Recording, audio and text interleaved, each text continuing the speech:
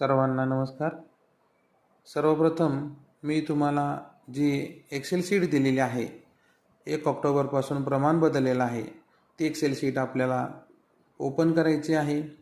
ही sheet open केल्यानंतर तुम्हाला या ठिकाणी 1 ते 5 व 6 ते 8 यासाठी प्रमाण आपण 2 वेगवेगळ्या शीटवर घेतलेलं आहे।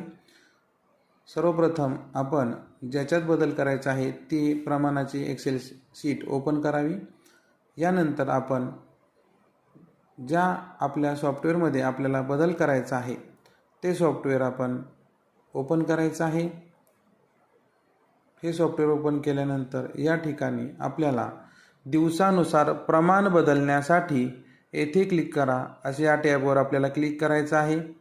येथे आपण 1 ऑक्टोबरपासून प्रमाण बदलत आहोत आणि 1 ऑक्टोबरचा सुरुवात आपण मंगळवार झाली असल्यामुळे आपल्याला आपल्या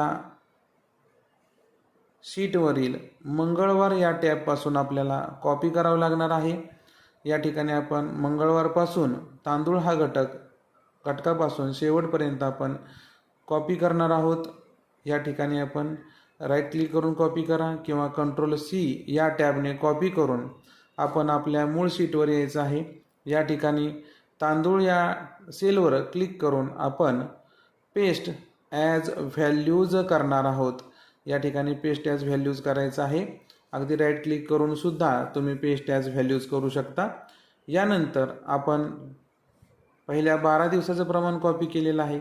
आता या ठिकाणी 14 तारखेच्या सोमवारच्या समोरील सेलवर आपल्याला यायचं आहे, परंतु त्यापूर्वी आपल्याला येथे सोमवार समोरील तांदूळ या घटकापासून सर्व सेल्स सिलेक्ट करून त्या आपल्याला राईट क्लिक करून कॉपी करा व आपल्या मूळ एक्सेल शीटवर येऊन 14 तारखेसमोरील तांदळाच्या सेलवर आपल्याला क्लिक करून या ठिकाणी आपण पेस्ट ॲज व्हॅल्यूज करणार आहोत। अशा पद्धतीने आपण 15 दिवसाचं प्रमाण पुन्हा पेस्ट केलेलं आहे। पुन्हा आपल्याला 28 तारखेच्या समोरील तांदळाच्या सेलवर क्लिक करून पुन्हा एकदा आपण पेस्ट ॲज व्हॅल्यूजवर जाणार आहोत आणि कॉपी पेस्ट करणार आहोत। पुन्हा एकदा आपण याच पद्धतीने 11 नोव्हेंबर 11/11/2024च्या समोरील सेलवर क्लिक करून या ठिकाणी सुद्धा आपण पेस्ट ॲज व्हॅल्यूज या ऑप्शनचा उपयोग करून आपण इथं कॉपी पेस्ट करणार आहोत। या पद्धतीने आपण 25/11/24 पर्यंत आपण प्रमाण आपल्या सॉफ्टवेअरमध्ये बदललेलं आहे यशस्वीरित्या। यानंतर आपल्याला फक्त आणखीन एक काळजी घ्यायची आहे। पुन्हा एकदा आपण आता आपल्याला प्रमाणाच्या एक्सेल शीटवर येणार आहोत।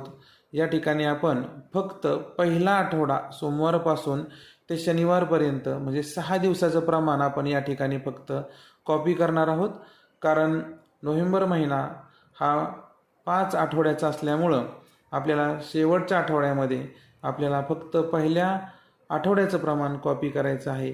ते कॉपी केल्यानंतर आपण इथं तांदळाच्या सेलवर क्लिक करणार आहोत आणि पेस्ट ॲज व्हॅल्यूज या प्रमाणे आपण पेस्ट ॲज व्हॅल्यूज करणार आहोत। अशा पद्धतीने आपण ऑक्टोबर व नोव्हेंबर महिन्याचं प्रमाण या पद्धतीने आपण बदलणार आहोत। 6 ते 8चे प्रमाण बदलण्यासाठी सुद्धा आपल्याला याचप्रमाणे कॉपी आणि पेस्ट करायचं आहे व आपली माहिती भरायला सुरुवात करायची आहे। एवढं केल्यानंतर आपला महिन्याचा डाटा आपला तयार होणार आहे। आपल्याला कोणतीही आकडेमोड करायची गरज भासणार नाही। तरी सुरुवातीला एका व्हिडिओमध्ये लक्षात नाही आलं तर आपण वारंवार हा व्हिडिओ पाहावा व आपण आपल्या शीटमधील प्रमाण बदलावे। खूप खूप धन्यवाद।